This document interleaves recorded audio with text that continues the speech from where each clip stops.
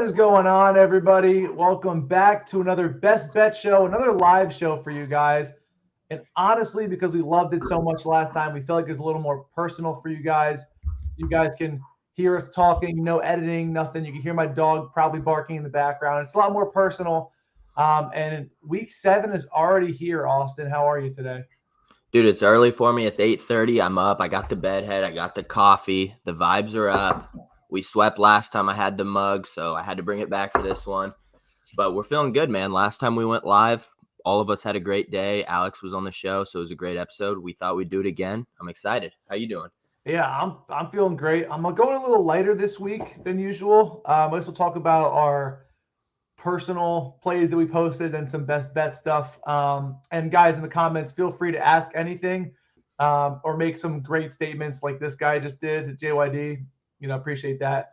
But a lot of divisional games, as we talked about before the show, a lot of big games, a lot of tight divisions, and week 7 is already here. I can't believe we're already at week 7, but after a great Thursday, yeah, it's time to go after it this Sunday.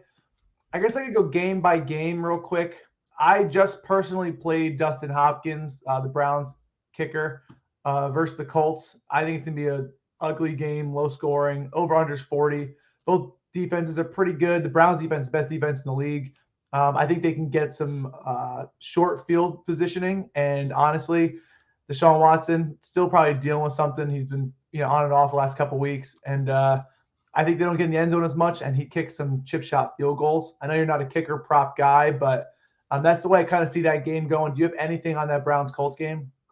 Well, just something that fits that too is like typically when quarterbacks miss 1 to 2 weeks, they kind of have some miscue stuff in the red zone. So you're not typically as sharp just because you haven't been able to practice that as much. So I think that has some upside as well. You could see him miss a target that he typically wouldn't. And I mean, he struggled a little bit this year alone. So I like the spot. I haven't went too in depth with it, but I think it makes sense. Yeah, I think not having Nick Chubb either, just for the whole year, has kind of made, you're not getting that 3rd and 3 anymore, 3rd and 2, when he just takes so much chunk yards those first 2 downs at that first down.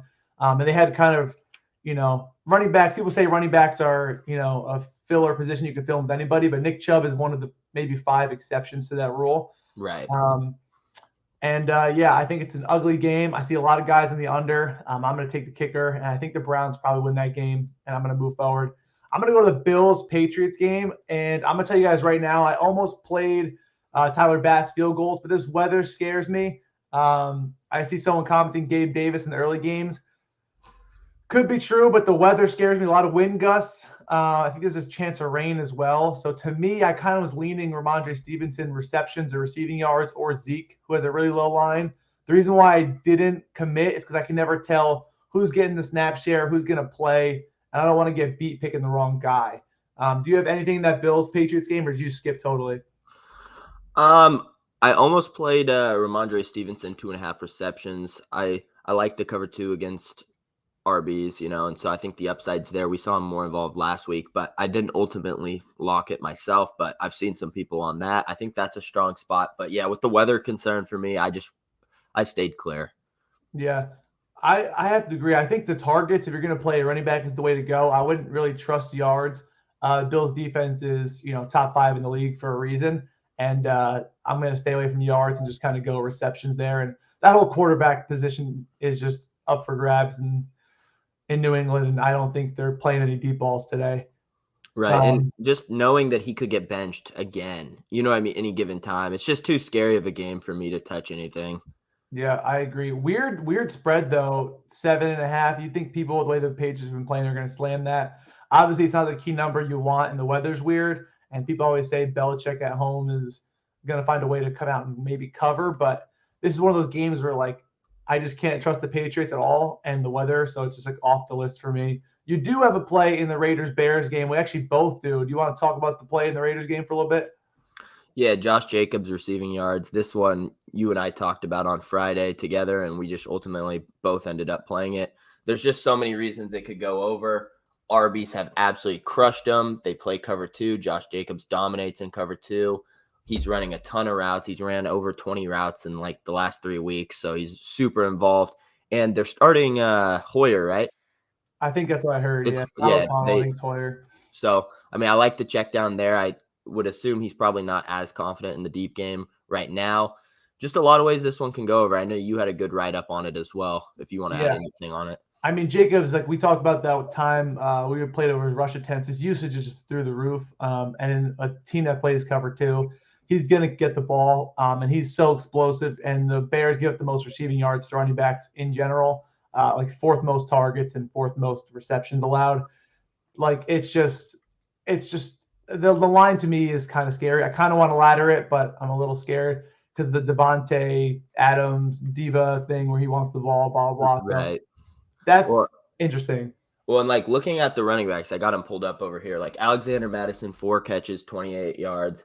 Gibson and Robinson for the Commanders, 8 catches for 97 yards. Both covered the 22.5 or 21.5, wherever you got it. P. Ryan McLaughlin, 5 catches for 55 yards, both covered alone. Pacheco McKinnon, 5 for 35 yards, obviously would have covered on their own, but both came up like a yard or two short. That game was a blowout. They didn't throw in the second half at all.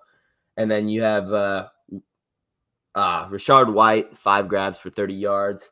And then Jones and Dillon, 4 catches for 103 yards. So, I mean, running backs have just torched them. This play, I think you could ladder if you wanted. I wouldn't be surprised to see Jacobs break this in 1 catch. There's just so many ways, and the checkdowns are going to be there. Yeah, I think Jacobs can take one deep, kind of like that Pollard play we saw a week ago. I think he's got that potential. His receiving yard, he has if you look at the season, he's had over a 10-yard reception in every game besides one, and that was against the Steelers. So if he has a long reception of 10, he's already halfway there. The Bears average 10 yards per catch to running backs, which is just absurd, the most in the league. And Josh Jacobs overall averages 8.4 yards per catch. So we can see this on 2 catches, and you can go over. Receptions line set at 3.5, juice to the under. So they're expecting 3. To me, just so much value there. Now the line has gone up to like 23.5, 24.5 at some books, which is where I think it should have started out as. But I think it goes to 30 plus today. So we both loved it. Everyone already probably got on it, and I think it's the best play for that game on the board. Likewise. Likewise. It's the only thing I'm touching in that game. Yeah. The Commanders Giants, I did play Robinson receptions. I'm not going to lie. I like any receiver versus the Commanders. I don't trust the Giants at all, even though I am a Giants fan. And we're going to hopefully see what happens here. Usually I don't like picking wide receivers on teams where I can't really find the number one guy, but I think he is the number one guy, and I think the books will start to adjust to that in a little bit. This guy Luke says, I'm your biggest fan, Austin props. # coin or Spectre. Appreciate it, my man. Yeah. So I don't know if you have any thoughts on this Giants-Commanders game, but it's an ugly one. Yeah, that's another one with all the backup quarterback play and all that. I'd rather stay clear. You know what I mean? Yeah, it's going to be ugly. Everyone's slamming the Commanders against the Giants. The Giants went from favorites to now 3-point dogs. I think this game is going to be interesting. If Tyrod Taylor plays too, he didn't look that bad against the Bills. I'm not going to lie. Right. Yeah, right. So who knows? I don't trust any of them. I think it's going to be an ugly game. And if you watch that game, unless you're a fan of both teams, you're on crack. So sometimes those ugly games are good for receptions. You know what I mean? It's a lot of punts, a lot of quick 4-yard dump offs. Just sometimes ugly football is good for props, So yeah. No, it's someone said feel that as a Giants fan too, Matty. Yeah. It's has not been a good couple years for us, and the sun's not getting any brighter. So the next game on the list is the Falcons-Bucks. I know you have a play on that game if you want to talk about that real quick, or do you have any other leans in that game that you were kind of debating on doing? I like Drake London over 3.5 receptions. It opened at like -135, 140. We played it last week at plus money. Sword. He's been super involved. Unplayable now. It's like -180 last I checked. So I wouldn't really touch it, but I don't hate his receiving yards. I've seen some on the Kyle Pitts 3.5 receptions at plus money. I think that's an interesting look.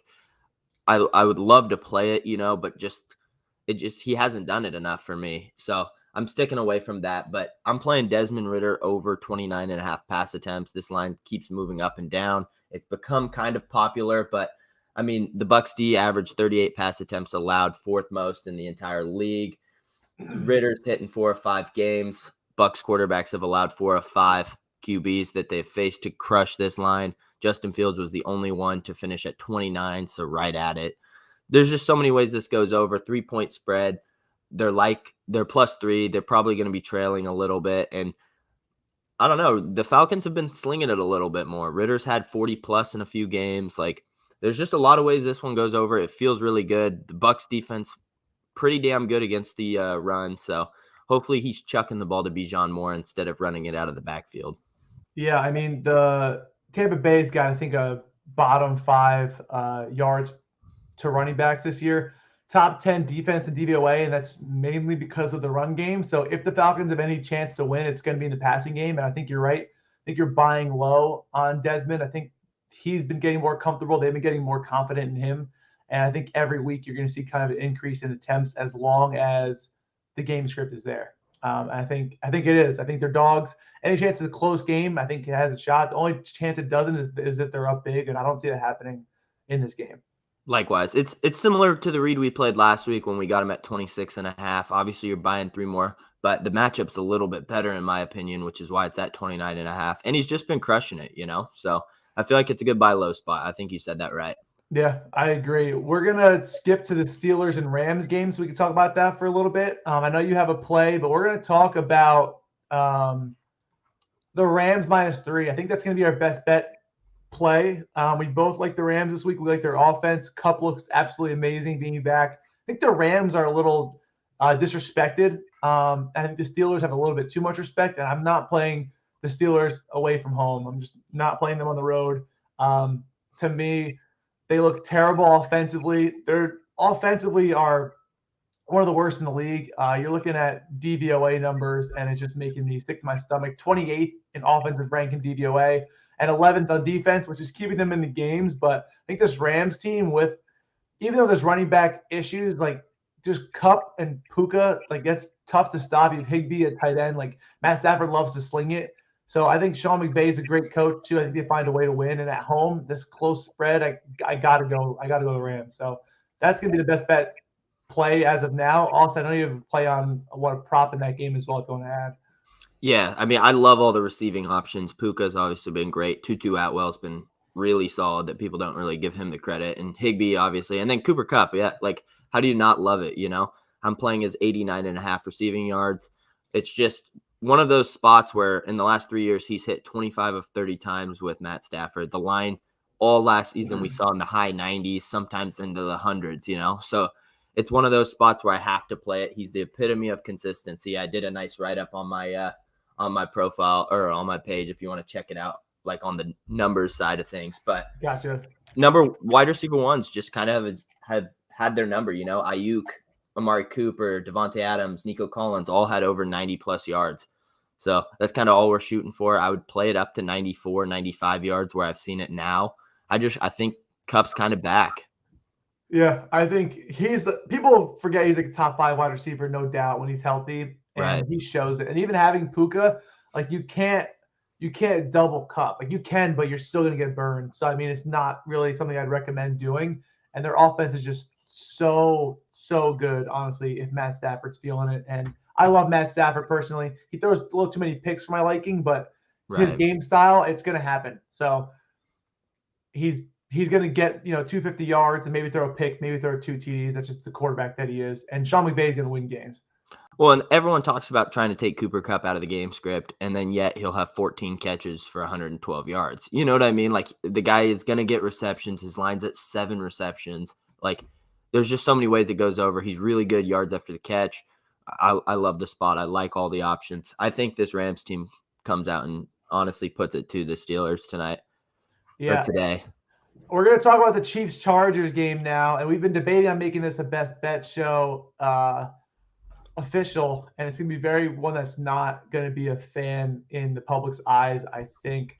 Have you had any more thoughts on if you want to play this under or no? It's gross. Don't have a ton of numbers to back it up right now. We just kind of came to the conclusion on it about 30 minutes ago, but we've been eyeing the under in this Chiefs-Chargers game at 47.5 -110. It feels right. I think Justin Herbert kind of hollows in big games and big spots. I know he's very talented. I'm very critical on him. He worked us in high school. I played against him in high school, so maybe some of that's why. But yeah, I mean, we've seen him in big games kind of fold, and he's had chances to do those comeback drives, and he can't do it. I love the Chiefs defense. I think they're super underrated. And the Chiefs offense just doesn't look as good to me. Like, obviously, right. Mahomes has not looked as good. I know a lot of quarterbacks haven't, but you can't tell me Mahomes has looked like Mahomes. You know what I mean? So I think if this game's even stagnant a little, like 48 points is tough to come by. It's going to be close, but I kind of lean the under. Yeah, I even see a 48 number flat on some books on Caesars. Love that. I think we're going to do that. A lot of these games in the past have everyone say, oh, the game's gone over in X amount of times, but this spot just seems a little different. These teams look a little different. Divisional game, the Chargers need to win this game. They're 2-3. The Raiders are 3-3 in second place in the AFC West. The Chargers cannot start 2-4 in that division and expect to make the playoffs, or even in the AFC. AFC stacked. You're not going to start 2-4 and expect to make the playoffs, or at least have a good chance of making the playoffs.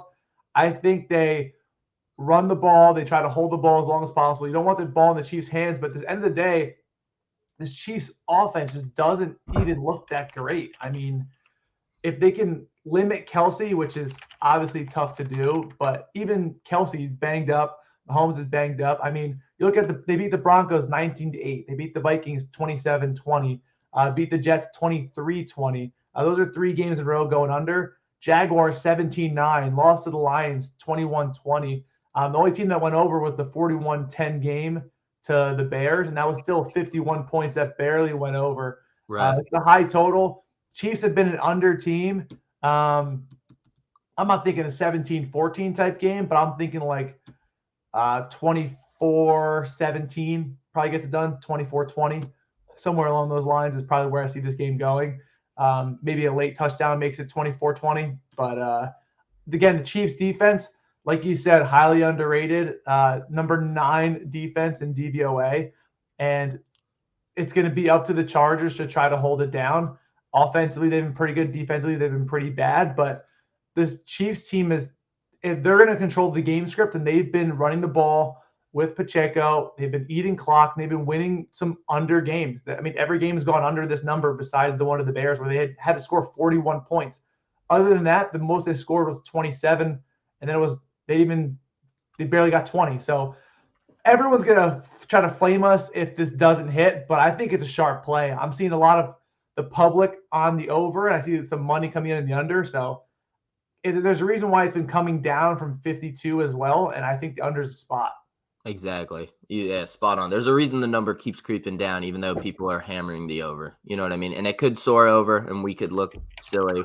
We're just sprinkling it. We're not going crazy on it, but it's a spot that's worth playing. And I think naturally a lot of those 120 games or like 4 p.m. your time, a lot of those games seem to start a little bit slower, what I've noticed this season. You know what I mean? Those middle of the day, you're kind of a little lazier, you know. I don't know. I like the spot. I agree. I mean, the Chiefs have only allowed 88 points through, 6 weeks. They're playing some great defense. They're going to run the clock. And if they're winning in the fourth, I mean, you could forget about it. We're going to soar under because Pacheco is just going to move the chains. They're going to eat clock. And that's how they've been winning these games, especially where they've been limited offensively. Kelsey's a little banged up. They're trying not to need him to play a bunch of snaps. They're going to try to win this game the old-fashioned way. Andy Reid's going to utilize their strengths, and yeah, I like the under a lot. I'm not going to lie. Well, and Staley's going to go for it plenty of times. You know what I mean? He might leave field goals on the table because they're going for it, you know, which could burn us if they do convert. But like we said, we like the Chiefs defense. I've seen Staley the last 3 years leave plenty of points on the board. You know, why not leave a few more for us? I agree. That's going to be it for us. Rams -3 and Chiefs Chargers under 48. Any quick questions before we hop off, guys? There's almost 200 people in here. We appreciate you guys. We're going to try to keep doing this more often. Again, we like the live shows a lot more. Makes them feel more personal to you guys, like we said before. So any quick questions? And then we'll kind of go from there. Let's see. I see Tyler Lockett or Curtis Samuel. I like Lockett today. I know Alex likes Lockett today. I think the Seahawks passing game is good. It's whether or not Lockett is the answer. and he should be. Not gonna lie, I don't like Curtis Samuel that much. I'm not gonna lie. If I had to choose Same. between two, I'm probably picking Lockett. I think Samuel has too many mouths out there, personally. Like, he's good, but not huge on him. I'd lean Lockett as well. We got, what are you looking at for Eagles Dolphins? I'm on AJ Brown over 5.5 receptions. Posted that on my Twitter, I think 2 days ago. Love him in the spot. He's been crushing it, and he's been hitting at an unreal rate, and the Dolphins are just allowing it. So that's where I'm looking at. But I will have an SGP in that game because I think it's the best game on the board to find value in a parlay. Definitely. Yeah, I like DeAndre Swift rush attempts, 13.5 minus 120 is what I got it at. The line shot up to 160 currently. I think the only way that this game's going to be a great game. I think it's within a score personally. Eagles likely have a chance of winning this game if they run the ball and own the clock. I think they're a more physical, better team in that asset. But if this one turns into a shootout like the Jets game where Eagles are throwing 50 times, I mean, it's over. The Dolphins are going to win this game just off that. So we'll see how the game flow goes. I lean that they're going to run the ball more as they didn't do it last week at all. But we'll be seeing. It's going to be a good matchup. Yeah, this guy says, why are the Lions – oh, not right here. I can do this real quick. I do one unit on my straights. My parlays are like 0.1 units. I don't really go heavy on parlays. They're fun to sweat out and fun to win. But if you want to bankroll manage, straights are the way to go for sure. But I hate telling people how they should bet. If you want to bet parlays, bet parlays. If you want to bet straight bets, bet straight bets. But as far as my advice on bankroll management, straights are the way to go. Why are the Lions +3 trap? I think the Lions probably win this game, but the Ravens are a good team. I think the Lions are a great team. Obviously, top 5 in offense and defensive DVOA. But the Ravens' defense is just as good, if not better. The Ravens on DVOA are number 2. Lions are number 3. Lions offense is number 4, and the Ravens are number 10. So both have top 10 offensive, defensive DVOAs. Ravens are home. It should be a good game. I wouldn't be surprised if either team won, in my opinion. So I don't think it's a trap, but I think the line's set pretty accurately. For me, it's tough because if the Lions were -3 and the Ravens were +3, I'd look at it the exact same way I'm looking at it right now. I'm like, oh yeah, it could go either way. You know what I'm saying? It doesn't really change it for me. So that's why I'm not touching the game, just because for me, I have zero read on it. Because if you flip that, I would literally look at it the exact same I looked at it this morning. Oh yeah, that makes sense. Yeah. So I think Vegas is a little confused on this one, just like we are. Yeah, I agree. Well, that's going to conclude the show. Thank you guys for tuning in. Again, we're going to get more consistent with the live show, so you guys know longer in advance and set some times for you guys. We're going to have Alex on. We're going to have other guests on. So make sure you're subscribed to the channel. Big stuff coming soon. More shorts coming as well. But that's it. Go enjoy your Sunday. Stay tuned on our Twitters for more plays and more promos. Catch you guys next time on the Best Bet Show. Best of luck. Peace.